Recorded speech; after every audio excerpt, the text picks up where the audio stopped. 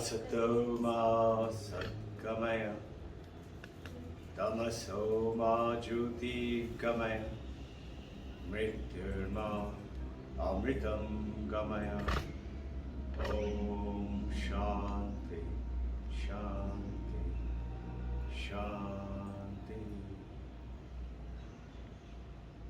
Jai Guru.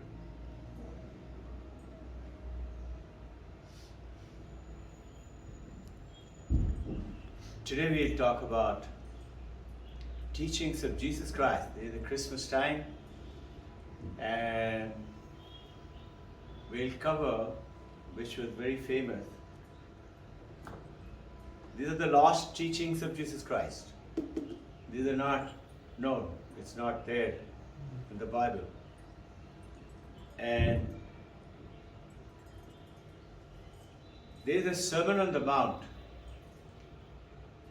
And Jesus Christ went down and gave a special talk. We'll cover that. And this is the imitation of Christ.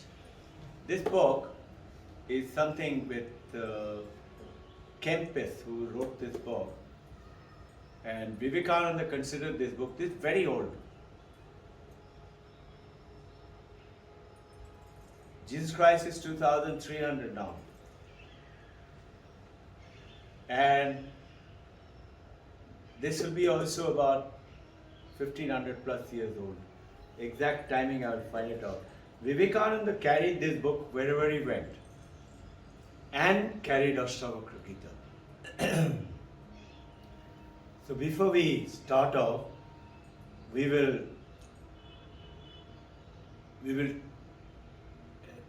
take on your question to the end of it, okay? So this Sermon on the Mount, it's actually called the Beatitude. Beatitude is the blessings of Jesus Christ, is the benefications which he gave it to his closest disciple. And this hill is supposed to be in northern Israel, and it's got a name. It's called Karazim. It's called Korazim Plateau, and the Korazim Plateau in the Israel, and it is where Jesus is believed to have given this sermon. And people go down and visit at a very special place where he enlightened. There are many people talk about what is the purpose, why did he do that? So if you look at carefully, most of the masters would take their favorite disciples and give them a special teaching. Now, as per the Sermon on the Mount of the Jesus Christ, there is somebody called Hans Kuhn. Hans Kuhn, he was a teacher to the current Pope, who has been the person to educate Pope, who is supposed to be the highest of the Christianity. He says that Church says that it is meant for only chosen few to help them lead their spiritual life and attain that high Christian priesthood status as per the Christian belief, as per the church belief, that they're supposed to lift them up. And that's why Jesus gave. Tolstoy said something else. Tolstoy said it means to establish a connection between heaven and earth. Jesus Christ is supposed to be God's child, and he's come down to earth as per the Christianity, and this is connection between God and the earth, that is God and us. We are the jivas, and that's the God, Ishvara, to build up that. This is what Tolstoy said. But nobody talks about that it is to realize God. Actually, that Jesus Christ wanted it to be the purpose for people through going through these principles should realize God in their life itself. This is the purpose with which, and seeing God. I want to see God. There's a beautiful song on 27th of October 1885. Remember, 1885. Vivekananda came and Paramahamsa Ramakrishna, his doctor was there, he was suffering very badly. And doctor, along with Vivekananda, his name is Narendra that time, and a little Naren, another, the doctor, Master M, and like that, there are about 10 disciples were present there. So when the doctor saw Paramahamsa Ramakrishna give the medicine, and he said, it is not good for you to get into samadhi again and again. It's bad for your health. The Paramahamsa Ramakrishna said, this is as per the Kathamrita given by M, Master M. Paramahamsa said,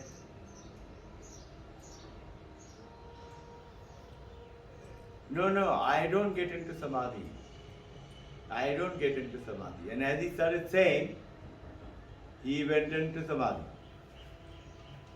for a few minutes, bhav samadhi. And as he opened his eyes, he told them that he gave about 10 sermons. We're talking about Jesus Christ. Sermon on the Mount. And he gave special instructions in which the fourth one, to my mind, is the most important of all. Of course, all are important because Jesus Christ is speaking. But to me, it appeared to be the most powerful, and so did many other monks who talk about it. Swami Sarvapriyananda talks about it. It appeals to him the most. To me also. That said, Jesus Christ told his people, and you will see I've collected these pictures.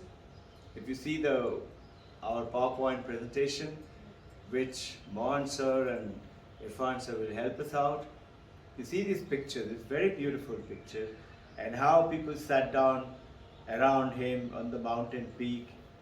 He took him into the solitude, took them, so that nobody else can hear. Paramahamsa Ramakrishna used to do that. He will take Vivekananda, he will take Brahmananda, Shivananda, these chosen disciples. He will, before he closes the door, he used to close the door. He will look out and see nobody is listening, nobody is there. Then he closes the door and he'll talk to them, give them his special. So Jesus Christ did the same thing. And his fourth one, he says, blessed are those who are pure in heart, for they shall see God. We have to understand this. It's so beautiful that the purity in heart makes us absolutely we can see God.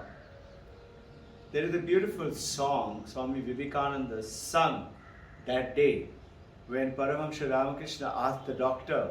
Doctor said, now I'll go. The Ramakrishna asked him, want to listen to a song?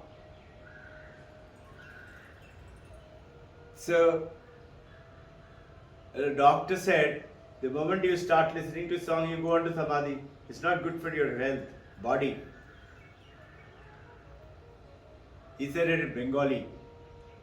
In Bengali, he said, use the sentence, tiding, tiding kore, meaning like a jumping like a grasshopper, you go to samadhi. They're not good for your body. The Paramahamsa Ramakrishna just smiled and said, no. And he went into half samadhi when Vivekananda started singing. And that why I'm mentioning it is the wordings of that song. It's so powerful, so beautiful. It goes on to say, mind, come, let's go to your home.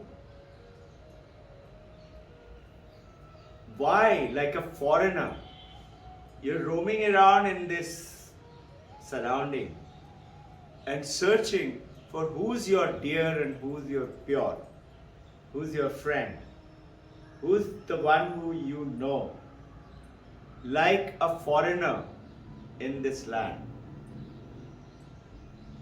The song goes on to say, there is no one, there is only one, and that one is that supreme, the mother, the God, the Father that you talk about. And then it goes on to say, when will it happen? They're just thinking of you. When will it happen to me? That just thinking of you, I should start weeping, thinking about you. That I should see that till now I have not met you. I have not seen you. Goes on to say, I have so many things in my home. I got money, I got furniture, I got gold, I got people, I got children, but I don't have you in my home. When will I know this? This is how the song goes on. Here, there is one monk worth mentioning, they're connecting in Sir's area, Himalaya. He comes from a very jealous, beautiful land. There, somebody who came from the town and said, give me samadhi. I've heard Ramakrishna gave Vivekananda samadhi, Paramahansa Yogananda got samadhi from Yukteswar Giri. Give me samadhi. So this monk who he asked, he said, I'll give you samadhi in just 2 minutes. But first you come with, purify your heart and then come to me. This purification of the heart, it is, like a child's baby heart. You will find that the great master's heart are like that. And this is how, just think, we're talking about Jesus Christ. He knew that one among the disciples on his last supper is going to deceive him tomorrow. And he said also, for 30 silver coins. He knew all that. And yet, he didn't denounce him. He didn't tell his name. He didn't get him beaten up. People like that, whether outside the muscle men will do that, no? This is the purity of his heart. This purpose of this sermon actually goes ahead and tells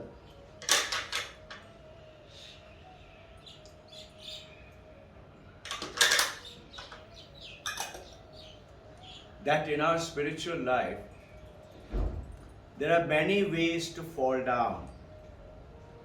Many ways that we can slip and fall. And he goes on to say that the sermon of the Jesus Christ of the Mount, it tells you how to stand up in life and face life. If you look carefully, Swami Vivekananda's, Paramahansa Ramakrishna's, Yogananda's, the words that we hear, Ramana Maharshi's words, they make you fearless. They make you extremely courageous, strong. You read Vivekananda's words. Stand up, be bold, be right. Know that you have the power. Hold on to one thought. Work with it relentlessly. And know it will come true. These words is so from down to the earth and yet so powerful. The Gospels of Mark, Gospels of Luke, Matthew, and John, all four talks about this Sermon on the Mount. In Matthew 7.22, I've given these references for those of you who are keen, some of you may be wanting to know more. It goes on to say the same thing. Blessed are those who mourn, for they shall be comforted. Those who mourn, those who cry for God. Great masters, Paramahansa Ramakrishna say, we cry for many things. We cry for money, we cry for our babies, our children, our sickness, our dear one, our parent. We cry for our loss of property. We cry for our sickness. He goes on to say, who cries for God? Nobody cries for God. Nobody really.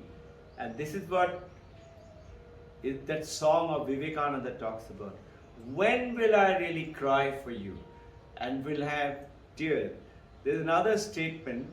I had read it long time ago. I do not recollect whose was it. I think it was Ramakrishna Paramahansa. Yes, I recollect it now. And it was spoken once again by Vivekananda in Hollywood. That if you can cry for 3 days for God, God will come and see you. And you know what happened? There was one Hollywood film actors used to come. So one lady comes and tells, I have been crying for last 3 days for God. I have no problem in crying. I can cry like that. She's an actress, no? She said, but I didn't see God. So the head monks tells them, no, that is the crying, is crying like acting crying. You have to cry truly with your heart to feel that. How many really cry for God, really want God? He goes on to say, blessed are the poor in spirit, for there is the kingdom of heaven. Meaning, if you are poor in spirit, you are in the kingdom of heaven. What does this mean? We'll try and get to each one of them. Poor in spirit means being humble. So when you learn to be humble, you're actually beginning your spiritual journey. Till then, we have many pride. I know much, I read everything, I remember all of them. I have great knowledge. Pride of caste. I'm a Brahmin, I'm a Kshatriya, and these are poor. Pride of money, pride of good looks, pride of name, fame, pride of degrees. We have many pride. He says when you remove those prides and when you start actually, then you are poor in spirit. And very beginning of the spiritual journey starts off when we are humble. We choose to bend down and look for wisdom. When you are saying, I don't know enough. Otherwise, the pride means what? I know enough. And in this book, Swami Prabhananda, who writes this book, Sermon on the Mount, in the angles of Vedanta, you'll be surprised, this thin book is very expensive. And it is not available locally in India. I was very keen, and with the divine grace I got it. I think it cost around 1800 rupees or 1850, something like that. I was surprised by looking at the cost. Must be very difficult to get it, must be out of print, I don't know, and maybe not many people asking for it. Very few people do. So we are delighted that we have it and we can share. And we generally think with a lot of ego. Ego is what? Our mind, our manas, mind, has got 4 characteristics. One is intellect, one is memory, third is ego, and the fourth is this manas, mind. With which one of the answer to you, Kini, Achula, is What makes you feel that others are talking or criticizing? It's your mind which does. So what Sarada ma'am gave you the example that you take a cup full of water, the story goes, one young girl comes and tells the HR, I'm going to leave and go away. This is what Sarada ma'am told her the answer. The HR said, why? Is it everybody looks at me, everybody talks about me, everybody's criticizing me, nobody likes me. I don't want to be here. The HR head, this is beautiful story, told her, okay, you do one thing. Before you go, will you do one thing for me? He said, what is it? He said, you take this mug full of water to the brim.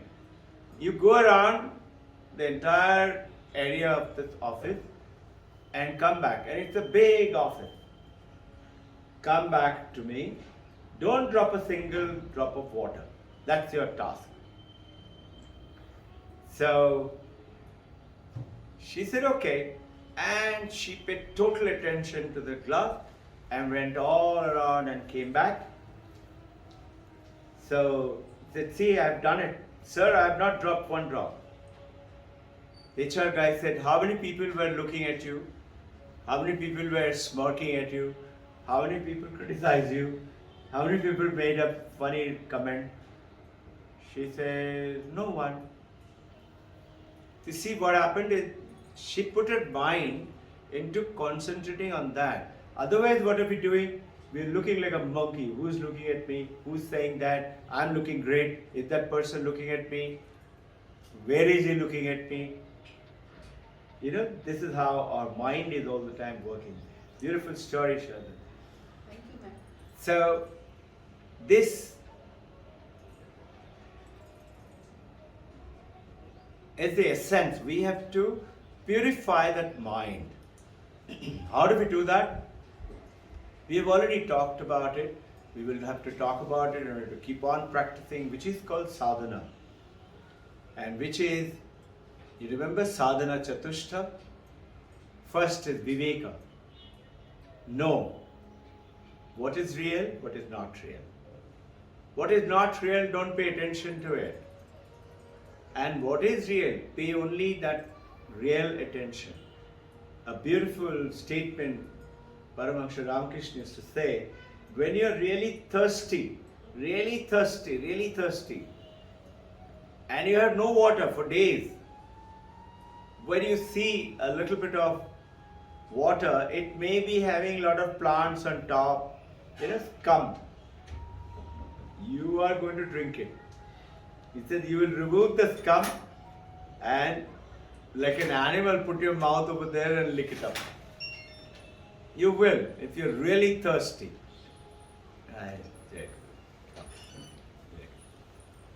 So when we are really thirsty for God, thirsty for something supreme, you will find. And this is what the Sermon on the Mount is going at. We never think that I have ego. It reminds me, the Kumbh Mela. So once, Shri Ravi Shankar, he's talking about this story. And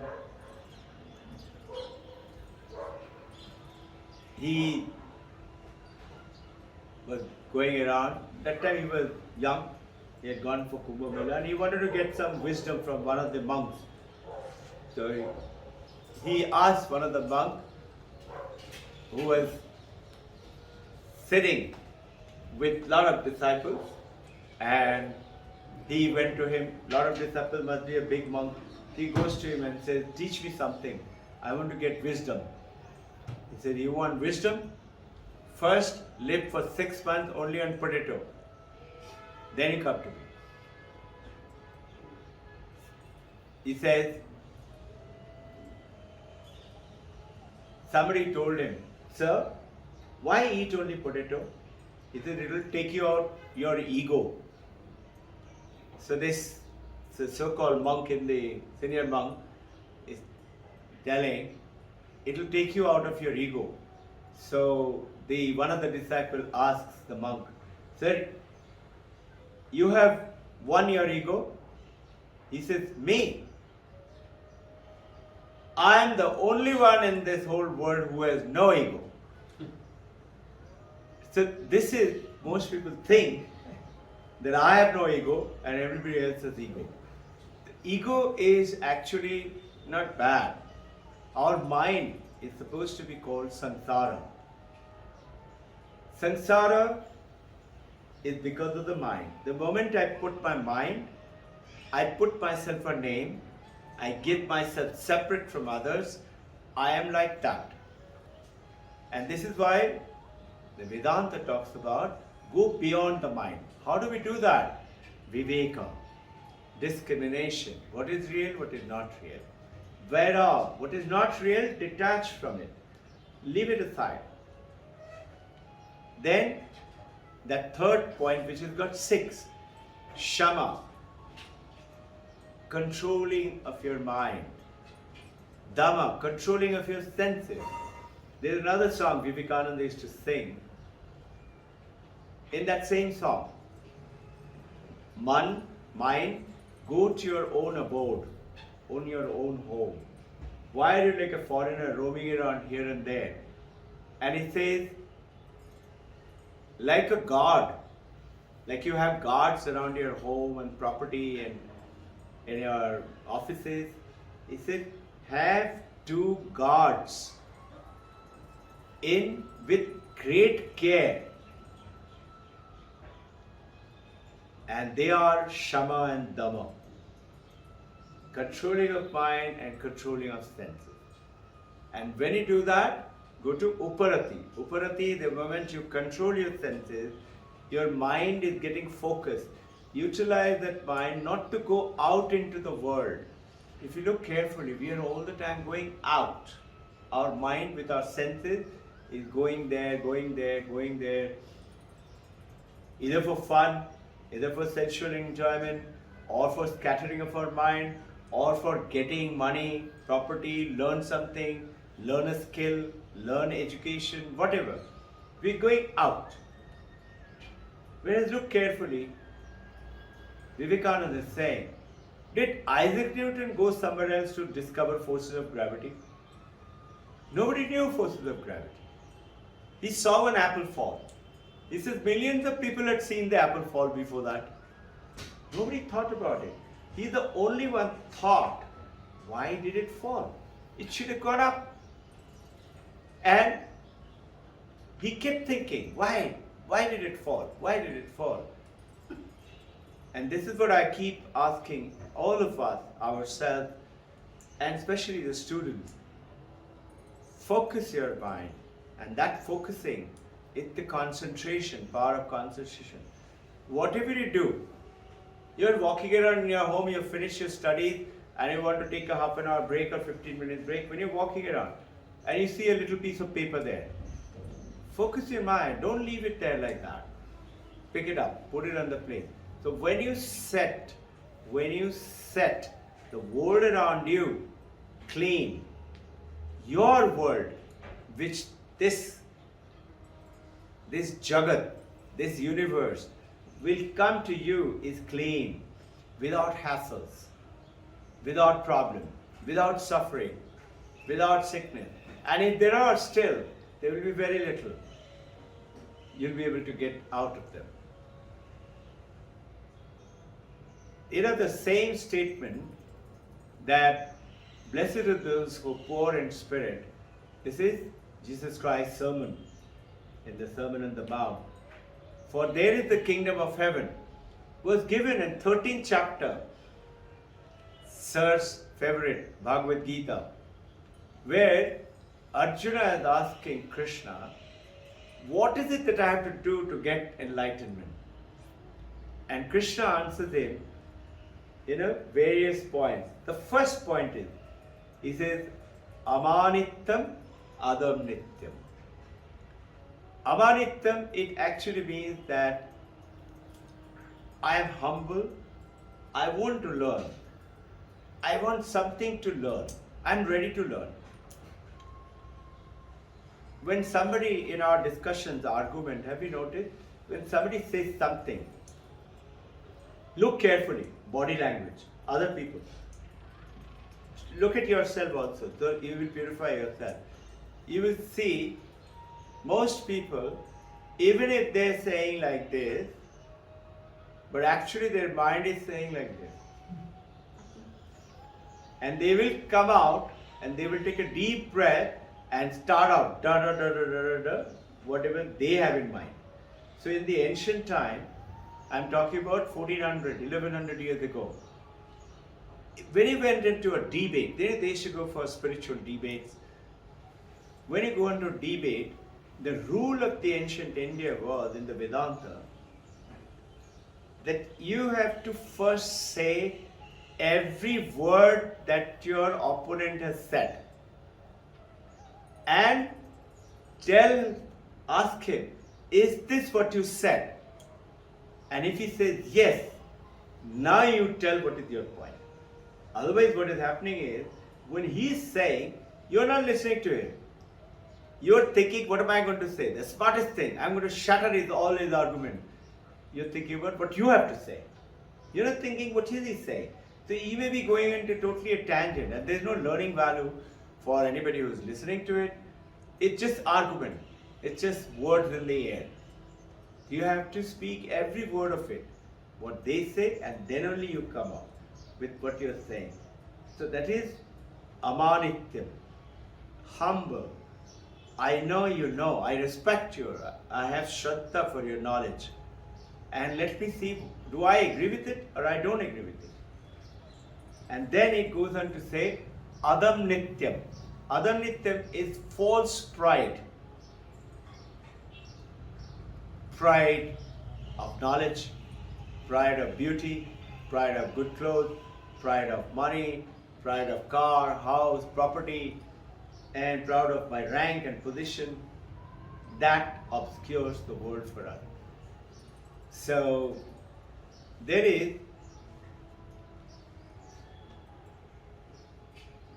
the very beginning of the life begins with this humbleness, in which there's a beautiful story where he goes ahead and tells us, this is a story of about 12th century.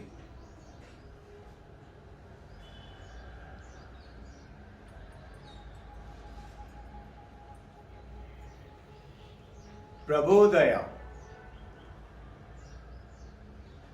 In this 12th century, there is one Pandit, Hindu Pandit. He used to pretend for false pretension. Wherever I go, I purify everything with my presence, and I have Ganga Pani. He used to have a kamandul of Ganga Pani, and he will, that kusha grass, with that he will sprinkle like that. As the story goes, the gods called him to their Mahasabha. He went to God's Sabha. And the story goes like this, to give the ludicrosity of the situation. So the usherer told him, okay, come, please sit here. In the heaven, in the God's place, he starts sprinkling water over there. So Brahma, who is the creator of the universe as per Hinduism, as per theistic religion of Hinduism, not the Advaitavad, in the Dvaitavad, Dvaita Vishishta, he said, okay, I see there are no place purer for you. You come and sit on my lap. Brahma is telling him. The Pandit goes there and he starts sprinkling water on Ganga Pani on his lap. This is the ludicrous situation which he's talking about. That this is how, in the new age, people meditating today's searching for peace and bliss. And you will notice, when you actually meditate, you're supposed to go into become pure and ananda and joyful and bliss. No? You will see they're sitting with a big smile in their face. This is called showing off of religion. This is ego. This you have to remove. Don't worry, when the smile is supposed to come, it will come on its own. And everybody will say, what are you doing these days? Say, why? You're looking so joyful, happy, always cheerful. People will see. You don't have to show it to them. And that you are in the bliss, everybody will know. People with false pride cannot learn. It's like, supposing I go for learning physics, and the physics professor, as he opened the book and start teaching, and he say, yes, I've read that somewhere. I know about that. Tell me something else. Same thing happened to one of the monk who goes down to, comes from another country. I won't tell the country because it will not be correct to mention it. Comes to India, goes to Lakshman Jhula Haridwar and says, teach me how to meditate. So the monk says, okay, there are Patanjali's meditation, Dhyana Sutra has got 8 limbs. These first talks about ayama and niyama. You know, that ahimsa, satya, abstaining from sensual pleasures. And he said, listen, all my childhood somebody's been telling all the time, tell lies, don't tell lies, don't be hurtful to other people. Everybody's telling me. I have heard it enough. You forget about these things. Just tell me how to breathe and how to meditate. So this master tells him in Hindi, आप अष्टांग yoga सीखना चाहते हैं या विकलांग yoga? It means if you cut off 2 limbs of the ashtanga, ayama, niyama, it is vikalanga, it is not. So this is called false pride. We already think, and Swami Prabharananda is writing here, at that time, long time ago, he finds that the people who come to learn, they already know what the Guru should teach them. It is not what Guru is teaching. They already know. No, Guru, you teach me that. This is called false pride of knowing it. He said it doesn't help. The subtle form and the main form, that is the rather, instead of being poor in spirit, I do not know anything, I want to reach that kingdom of heaven possibility.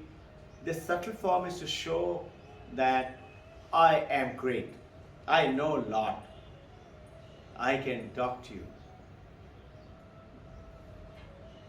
Is the subtle form is, as Vedanta is saying, is much more poisonous because it is deeply ingrained into your mind. You have to remove that, and they automatically get removed by these ashtanga. Remember, shama, dama, uparati, then titiksha, holding on to the principles, not giving up. You want to attain a goal, hold on to it. Nothing else should deter you. Don't look here, don't look there. Keep your head down and stay there. Your attention for reading when you are studying should be such. There is a monk who was reading a book. Somebody came, actually this is Swami Sarvapriyananda is talking about it. He came and the other monk who was reading, lying down and reading, was a senior monk. He said, Maharaj, what are you reading? The senior monk didn't reply. So Sarvapriyananda is junior, he goes and touches his toe and says, sir, what are you reading? Still he didn't react. Then he comes close to him and the senior monk was reading, lying down. He comes next to him and tries to lift up the book to see what is he reading, and Sarvapriyananda says, now the monk suddenly did like this. There are 126 bits. At one point our mind can concentrate on. So all this multitasking all is fraud. Why? Because neither are you learning, you're doing, apparently doing it. You're doing it also, but with very little attention. So how good is that work? not very good. Many people you will see, they will try to meditate by listening to some song or listening to some music, which is not correct. To get into the frame of mind, if you want to first thing in the morning listen to something, that is good. And then you switch off that and then get into within you, not from outside. Anything from outside is impinging you, taking you out.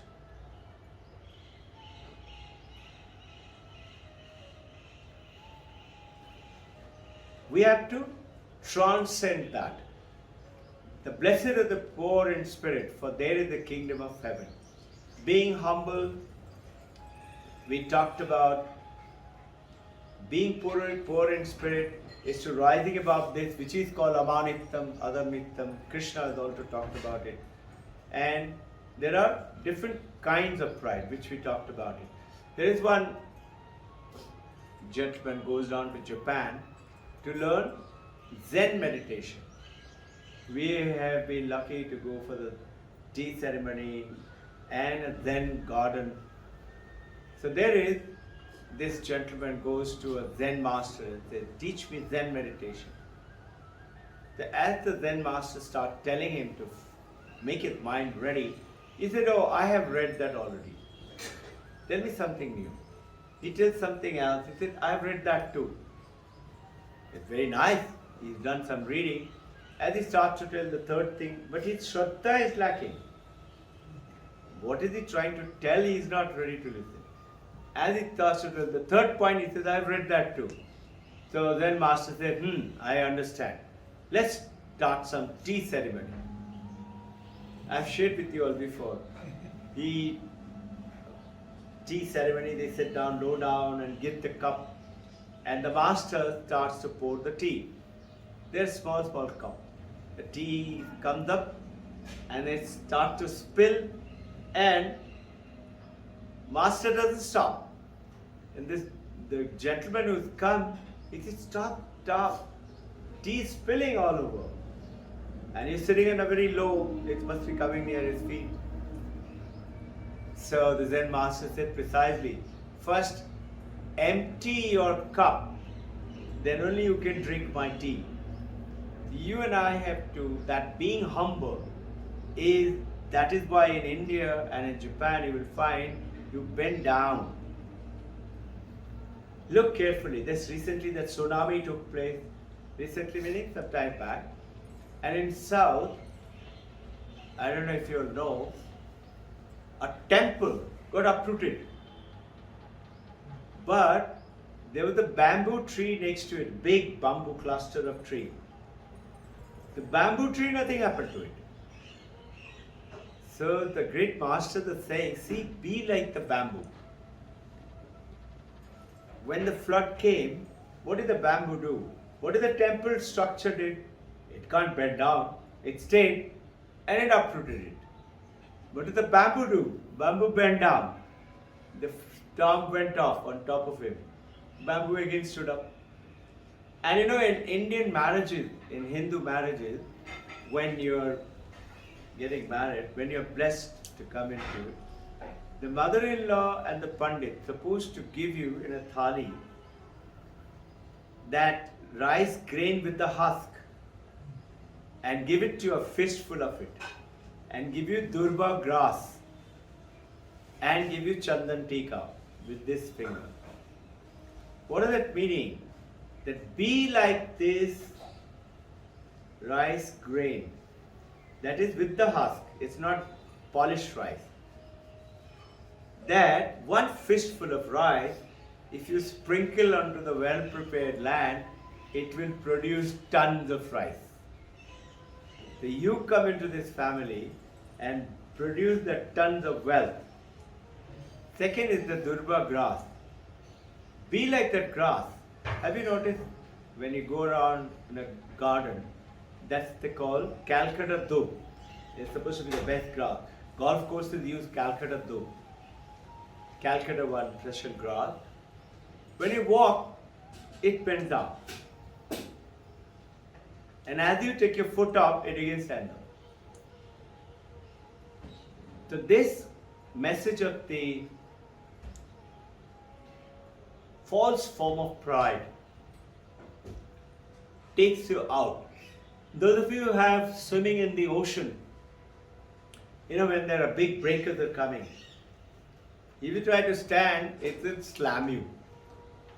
But if you put your head down, it will go over you. And then you will come up. I remember in my, I must have been that time not more than 15 years of age or so. Around that time, 14, 15, 16. I'd gone up from the Air Force training. My elder brother had met with a bad accident and went to give him a little company. He got healed, no bones broken, but he was already Thomas Cup player, All India Badminton, and it was a big shock for the whole family because his whole thigh muscles got torn. So it was operated and all, and he needed to now do training once he became okay. So he went down to one of the ocean beach in Orissa, Puri. And in the morning, he would go for practice, racing. I used to go at giving company. So one day he said, "Now I think I'm ready, I can swim in the ocean." So we both started to swim. First he was swimming a little bit. Such foreigner kids, I don't know which country, they were all enjoying the ocean and the breakers. So I was with brother. I was very strong swimmer. And they could see that I'm kind of trying to protect my brother because he shouldn't get a cramp or something. So those guys came and said, "Nini, ready to come for a race?" I said, "Yeah." The brother said, "I'll also come." I said, "Are you sure?" He said, "Yes, yes." Now I started swimming because the condition was who can reach where the breakers are starting, which starts almost 1 mile ahead in the ocean. I put my head down in the water and I kept swimming. And after some long interval, when I put my head up, I found just the last breaker in front. So as I was going there, I looked back to see where are they. There were no foreigners. They had already gone back. And my elder brother, he was doing this. I was wondering, is he saying hello, hello, what is it? Or come back or something? Anyway, I started swimming towards him and I saw he was halfway through somewhere. There was some kind of a gesture by which I understood panic. So I went and caught him and he said, "My leg has got cramp."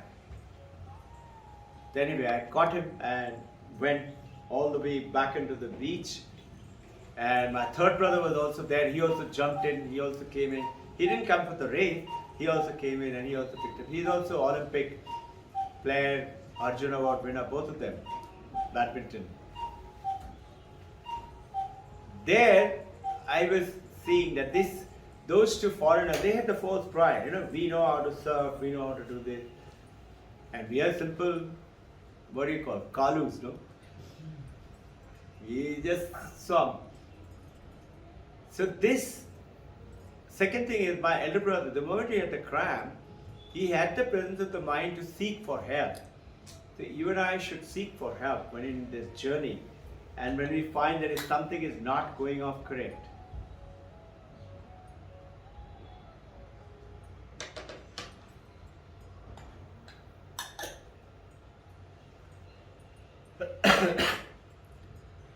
This possibility that the God exists, and when I bow down my head, the presence of God will be felt. The blessings of the masters will come. This is what Jesus is telling, and this is what it exactly means, Adam Ityam. So, Sister Teresa, very famous, you must have heard her name. One Sister Teresa, I have put her picture also here. Those of you like, it's a very rare picture. So calm, so beautiful. You can see it before going, and you can see it in our website also. Mohan's team will put it up. Sister Teresa once had a vision, and in the vision, she found one tall, white-robed gentleman come. So Sister Teresa was about to ask him, "Who are you?" Before she could, he asked, "Who are you?" She said, "I am Teresa of Jesus."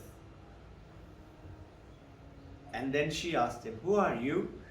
He said, "I am Jesus of Teresa." So the message here is, there is so much of love from God to us all the time. All the time. Now in the Advaitavadi, when you understand, Dvaita is you are saying, Babaji, Krishna, Divine Mother, Gurudev. This is Dvaitavad. There is a form who are better than us, higher than us, maybe in the heaven, maybe up in the sky, whichever, in the temple, in the church, in the mosque. That is one way. The other is in the Advaita, that what Hanumanji was asked by Ramachandra, "What do you think of me?" Ramachandra is asking Hanumanji, "What do you think of me?" He says that Deha Buddhaya, I'm your servant. When I think of my body, I'm your servant. Then he says Jiva Buddhaya. When I think of myself as Jiva, that is body, name, form.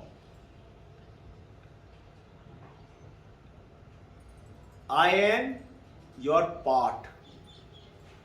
You and I am your part. One part of you. This is Vishishta Advaita. And Advaita, he says, Atma Buddhaya,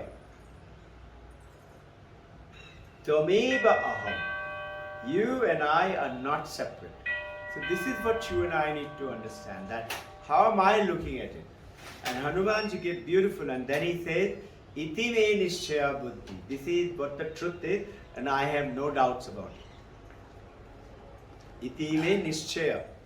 I have no doubt. This is the truth. How can that love be extinguished? A Sufi Muslim poet is writing, when I die, when my body is put in the Kabristan,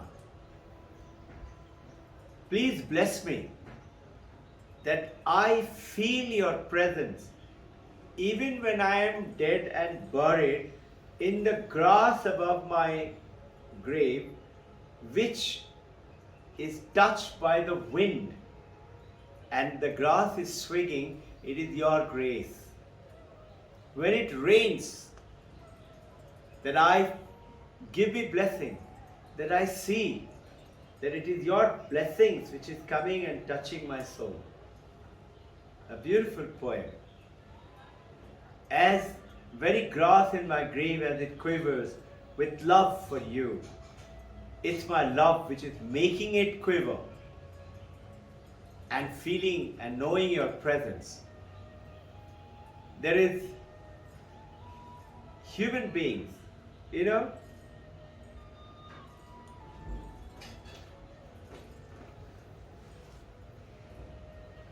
we have people in our life, very close friends, relatives, etc. But look carefully, however close they are, when their body goes away, more or less they fade away from our memory.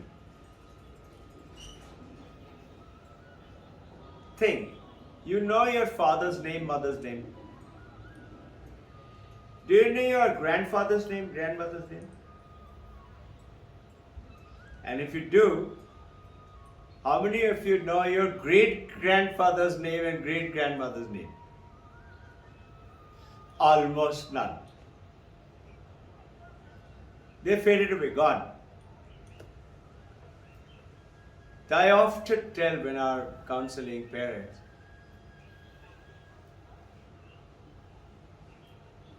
when there is soon 14th of February, Valentine's Day will come and we say we love you, and we give you this, our birthday or anniversary. But they're mere words. You must be doing it genuinely, but still they're words and you're feeling. But just think,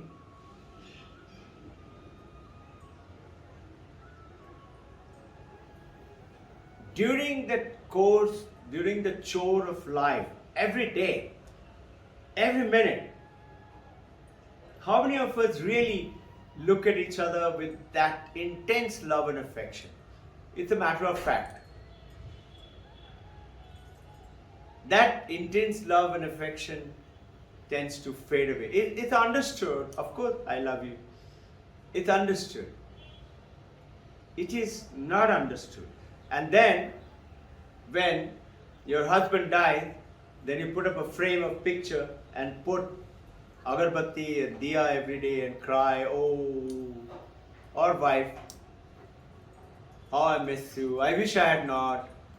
So if we're saying, this, as a human being, become that spiritual being and know, and this is what Vivekananda says, those who run off to Himalayas to live in a cave, leaving their wives and husbands and parents and children, I am going to attain oneness with God, they have missed the boat.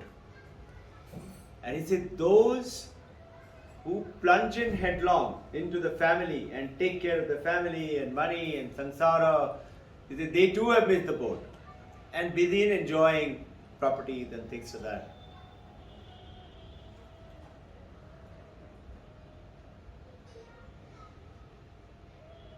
There's a beautiful story comes to my mind, ancient Vedanta story. You know, one monk comes and from the Himalayas, they used to come those days and go around and live with you if you're lucky, with you in your house. So this monk comes and stays and he finds one young man married with a baby and parents are living with them, and he tells him, now enough of samsara, you come with me.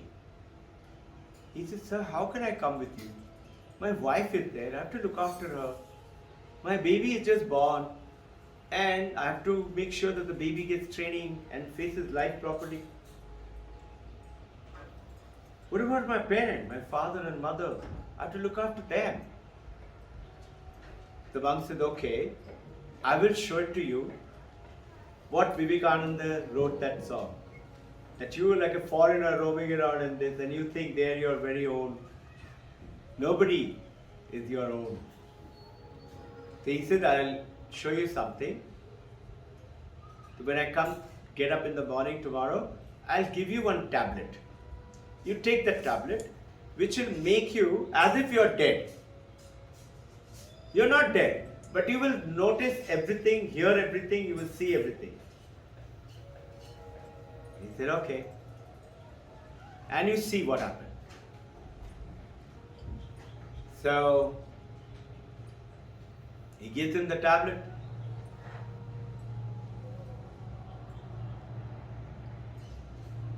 And the monk, what he does, he makes his legs, he's lying down like that, pulls it aside like this.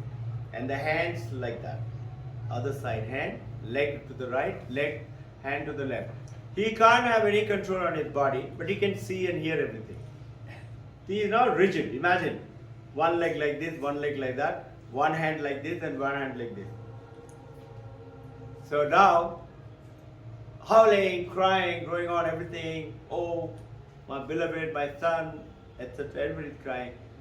The villagers come to help out, to take him to the burning ghat.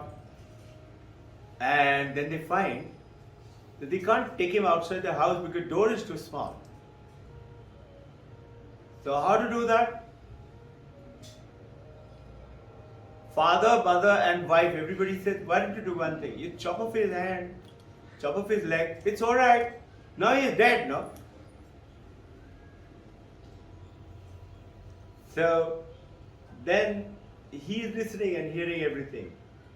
And then the monk realizes he has understood, he touches him, he gets up, And he says, okay, let's go. But what Vivekananda is saying, that is not correct. He says you defy or divinize your life. Meaning in this life alone, take every action as a God's action. Everything that you're doing, take it as God's job, including that little piece of paper. Somebody is taking candies and put the wrapper there. Pick up that wrapper. Sarada ma'am used to have fun. She used to tell the girls, okay, go down and pick up all the wrappers and come down, whoever is thrown it out there. You will find we give candy. Nobody throws these days on the veranda. They're very careful. And nobody's shouting at them. On their own they do it. This is something very nice. Sarada taught them. Said, come on, you pick up the wrappers and come and bring it to me, you'll get your candy.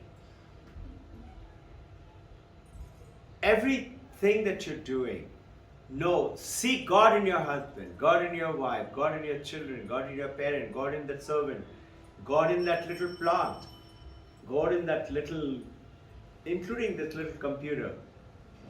We come back home and we take off our clothes and we just fling it aside, and especially children.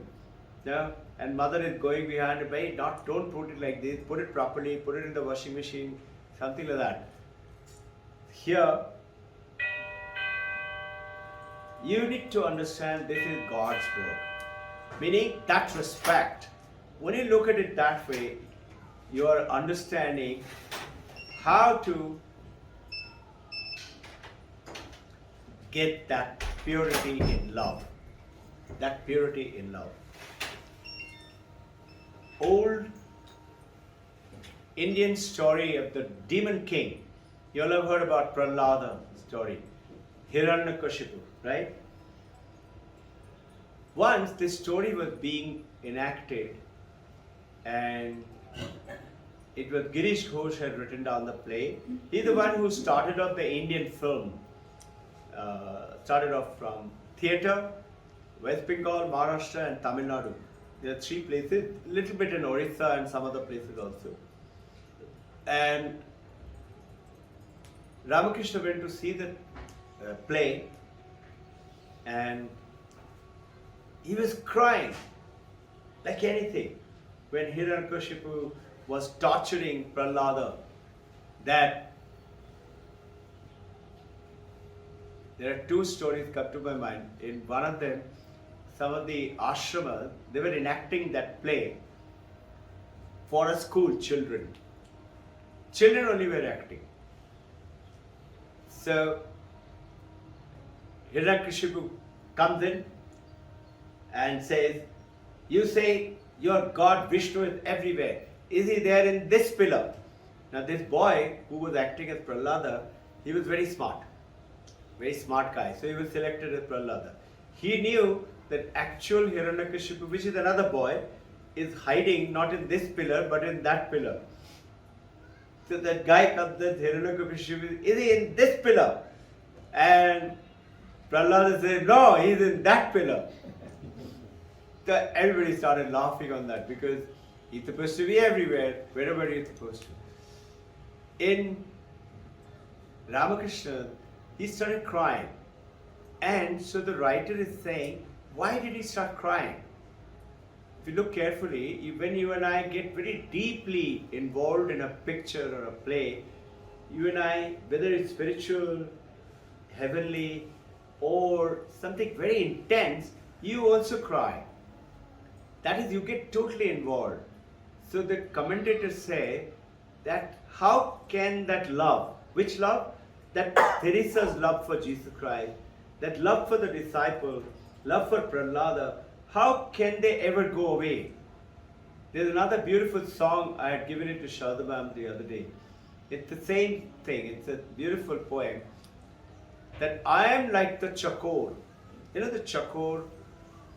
Who will not drink water from normal? In Swati Nakshatra, when the rain will come, it opens its mouth, as the story goes, and it will only wait for the rain water to come to quench its thirst. Sounds very strange, but it's supposed to be a folklore. He says, I am like the chakor. I'm waiting for you. So that Paramahamsa Ramakrishna is crying. He said, possibly, he's supposed to be called the God incarnate, Avatar. He remembers, maybe 1,000 years ago, he remembers Prahlad. And he remembers and he cries for what suffering he had passed through.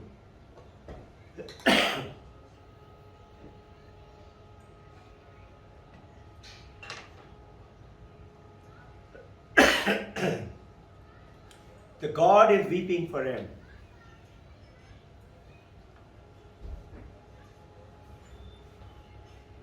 Paramahamsa Ramakrishna used to say,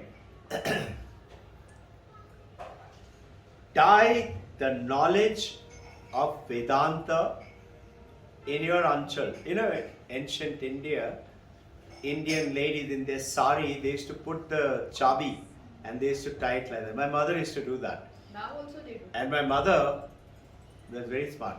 She knew we were doing something wrong. And she didn't want to come and catch us.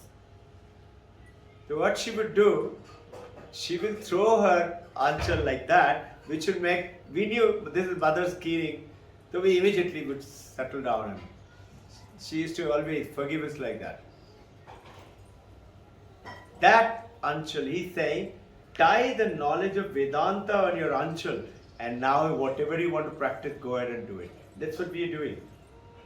With the Vedanta knowledge, and we are practicing, whether you want a theistic way, in any way. We call jal or pani or tani or you in French or water in English, it's all one thing. That one supreme knowledge. So,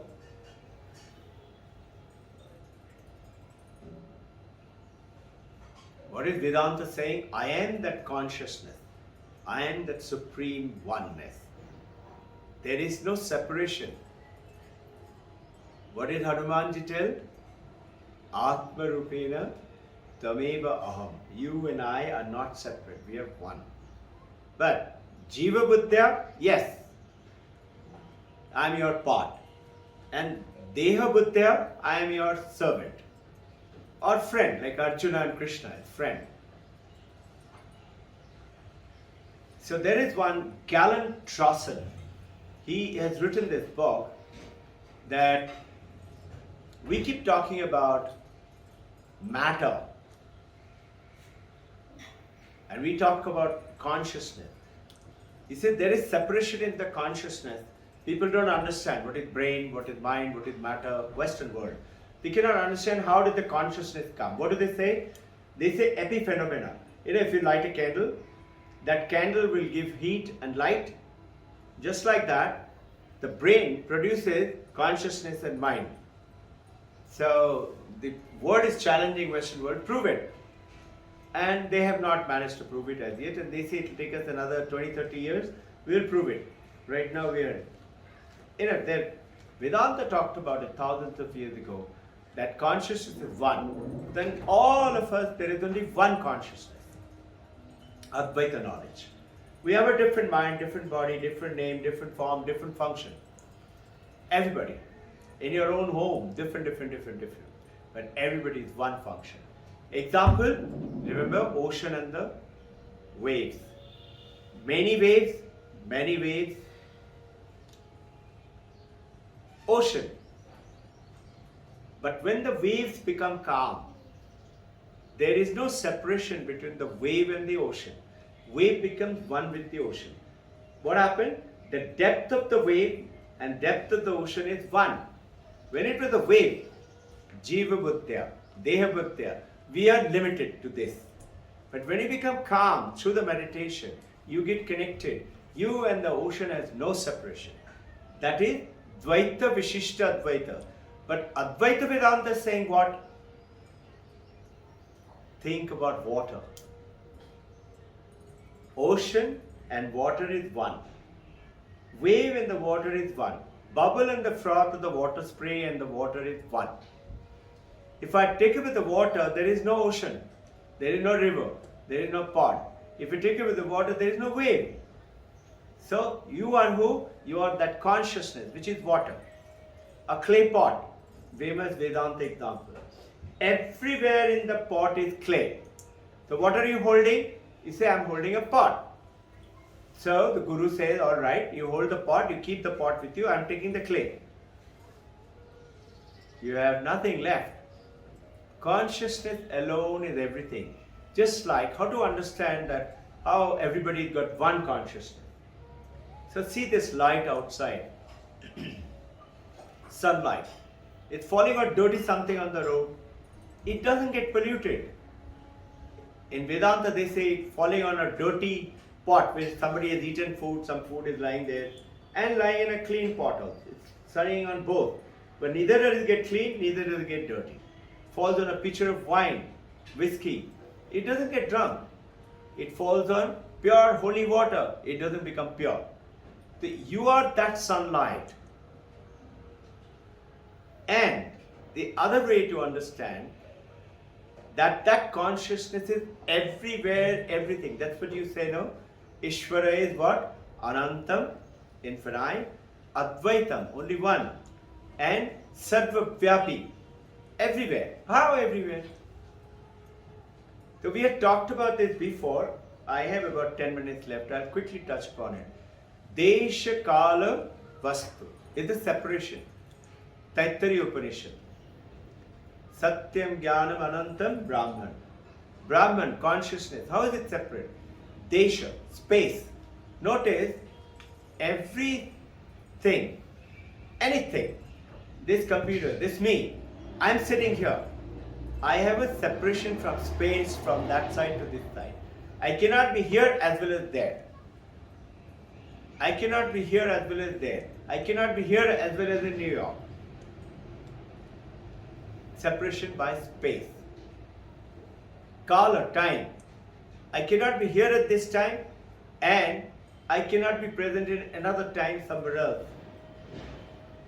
at the same time. And Vastu. Vastu is very important. This clock cannot be the computer. Computer cannot be me. We are all separated. So these are the separations you and I look at it as a body and we think that is me. Whereas, look at this light.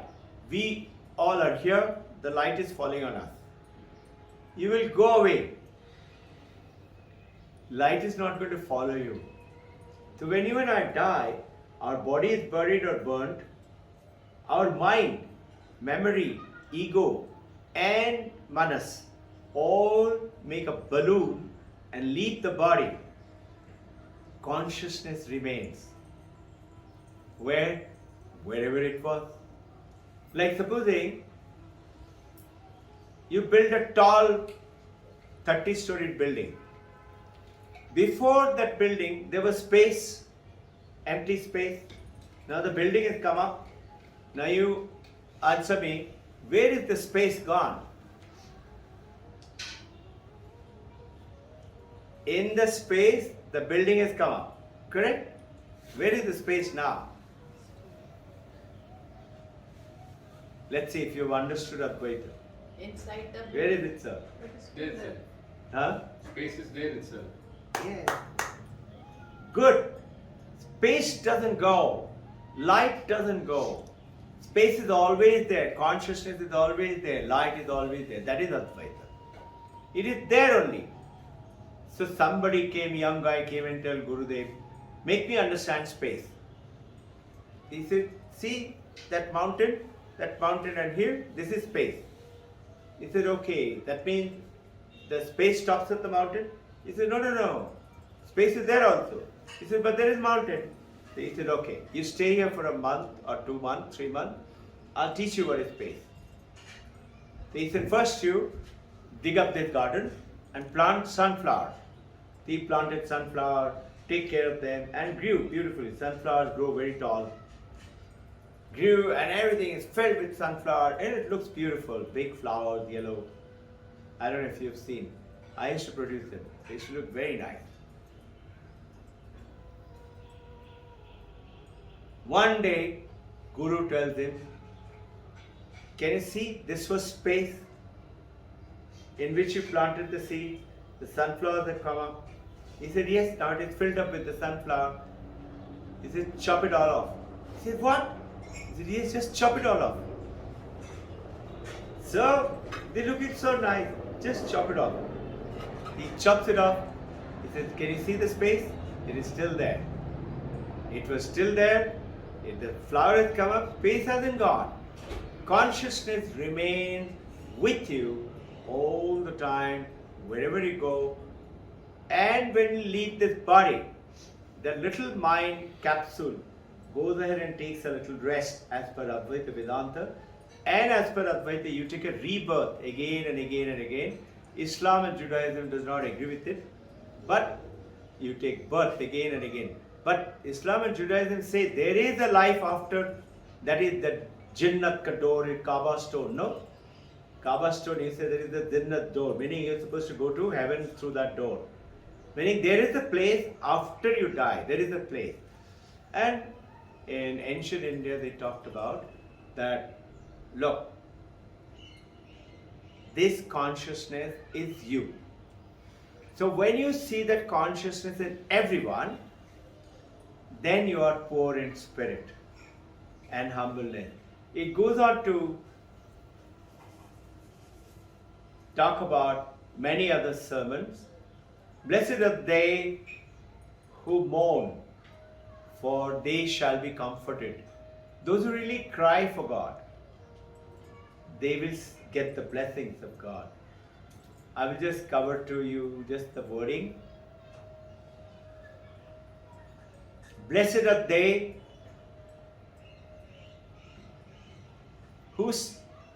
blessed are the meek, for they shall inherit the earth. You and I teach our children what? Don't be meek, be a fighter. Who's going to give it to you? You have to go and make yourself prove. Be the leader, be the tiger. No? But here it says, blessed are the meek. What does it mean? What it is talking about, meek is the one who doesn't hold on to this is mine, this is me. Two desert fathers. Christian, after Jesus Christ died, a lot of people went into desert. Jesus Christ went for 45 days and lived in the desert without anything. And you all must have read that story that the devil came to try to delude him and take him away. He did not. So the desert fathers lived there. So two desert fathers say, listen brother, today we will fight with each other like these people in the family life fight with each other. Sansara. He said, how? He said, see, this is that brick. I will say this brick belongs to me. And you will say, no, no, no, how can it be yours? It belongs to me. Let's fight. Just to experience their world. So this one desert father said, this brick, it belongs to me, don't touch it. The other desert father said, of course it is yours, you take it. There goes this is what is called blessed are the meek, for they shall inherit the earth. You will be surprised what will happen. I have still a lot of it, but we are a little running out of time. We will cover these ones subsequently. Blessed are they who hunger and thirst after righteousness, for they shall be fulfilled. Who fight for what is right, who bring peace into the world. There was once, you will be surprised, monks also fight among themselves. So there are some monks were fighting. So the monks' headquarters got the message, the president came to know. The president said, don't do anything. They thought they will throw them out. As a monk you cannot fight. He did not. He said, wait, I am coming.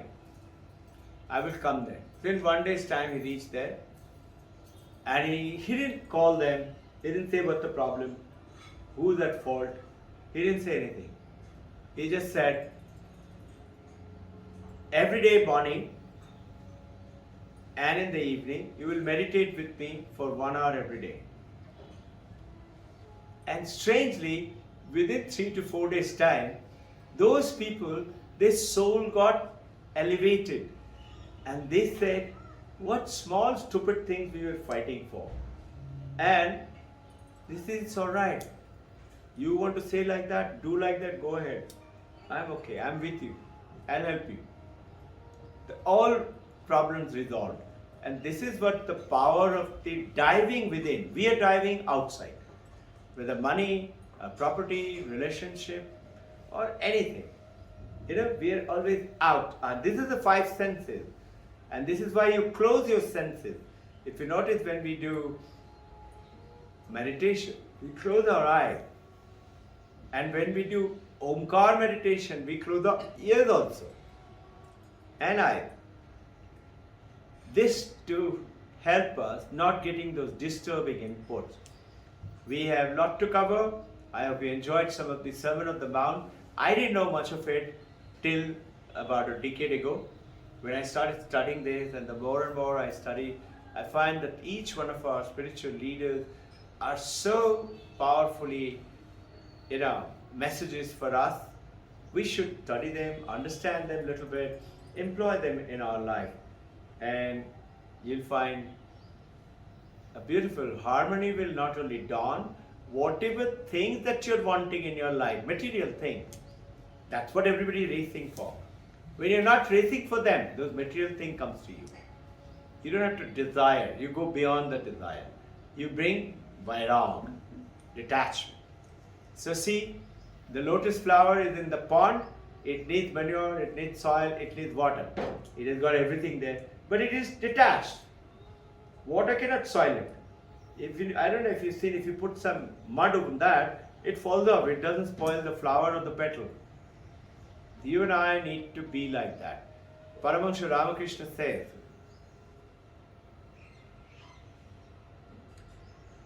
a mound of sand and sugar mixed together, an ant can separate it.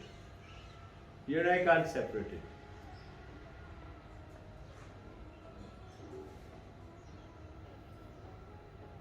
Milk and water is mixed together. A Rajhans can drink the milk and leave the water behind. That's why they are called Paramahansa. Paramahansa means they know what is Param, and they are that Paramahansa. They can discriminate. Being. So what happens in the wave in the ocean theory? They are the wave. They are also wave like you and me. But they know I am not the wave. You and I say, I am Robbin Ghosh wave. I am tsunami wave. I am so small, I am a bubble. They are big. This is what is discrimination happening. But Paramahansa waves and all, they are the enlightened one. They are Buddha. Buddha says what? The one who knows. What? We are all one. One water. Yes, I have a different form. It's okay. Come.